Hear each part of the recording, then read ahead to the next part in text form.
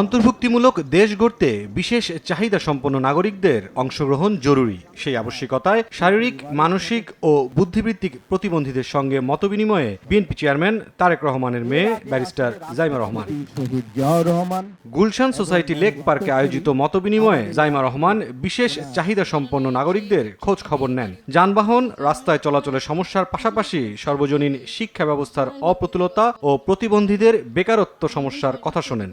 বাংলাদেশের সকল ভৌত অবকাঠামো সমূহ যদি প্রতিবন্ধী বান্ধব হয় তাহলে প্রতিবন্ধী ব্যক্তিরা আর সমাজের বোঝা হয়ে থাকবে না। আমাদের সাথে যারা আছেন অন্যান্য শিশুরা যারা অপ্রতিবন্ধী, তাদের সাথে যেন আমরা একই স্কুলে যেন একই বিশ্ববিদ্যালয় পর্যন্ত যেন পড়াশোনা করতে পারি। ইশারা দোভাষীর সহায়তায় কর্মক্ষেত্রে নিজেদের সংকটের কথা তুলে ধরেন বাক শ্রবণ প্রতিবন্ধীরা। আমার সাথে যারা চাকরিতে নিযুক্ত হয়েছে তাদের কিন্তু ইনক্রিমেন্ট হয়েছে, তাদের প্রমোশন হয়েছে, আমার কিন্তু প্রমোশন হয়নি।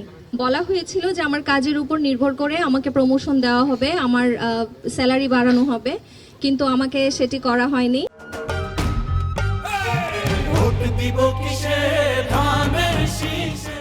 এ সময় জাইমা রহমান বলেন, দেশ গড়তে সর্বজনীন পরিকল্পনা তৈরির জন্য প্রতিবন্ধীদের অন্তর্ভুক্তি জরুরি। আপনাদেরকে যদি নেওয়া হয় দেশ গড়ে তোলার প্ল্যানে, আপনারাই তো বুঝবেন আপনাদের মতো মানুষদের, প্রতিবন্ধীদের, আপনার ভাই বোন প্রতিবন্ধীদের কিভাবে ইউনিভার্সাল ডিজাইনটা করতে। মতবিনিময়ের পর্যবেক্ষণে একসঙ্গে কাজ করলে প্রতিবন্ধী নাগরিকদের আরও বেশি কথা বলার সুযোগ হবে বলেও প্রত্যাশা করেন ব্যারিস্টার জাইমা রহমান।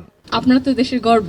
আমার মনে হয় এত কষ্ট করেও যে আপনারা এত কিছু করে দেখাতে পেরেছেন, এটা কোন সেন্সেশনাল। আমরা চাই যে এরকম আরো আপনিও আরো সুযোগ পাবেন, হয়তো আপনিও আরো সুযোগ পাবেন এরকম আরো প্ল্যাটফর্মে আসতে, আরো কথা বলতে, জানতে, শিখতে আর একসাথে কাজ করতে। আগামীতে বিশেষ চাহিদা সম্পন্ন নাগরিকদের সঙ্গে নিয়ে কাজ করার কথাও জানান বিএনপি চেয়ারম্যানের মেয়ে। মুরসালিন হক জুনায়েদ, সময় সংবাদ, ঢাকা।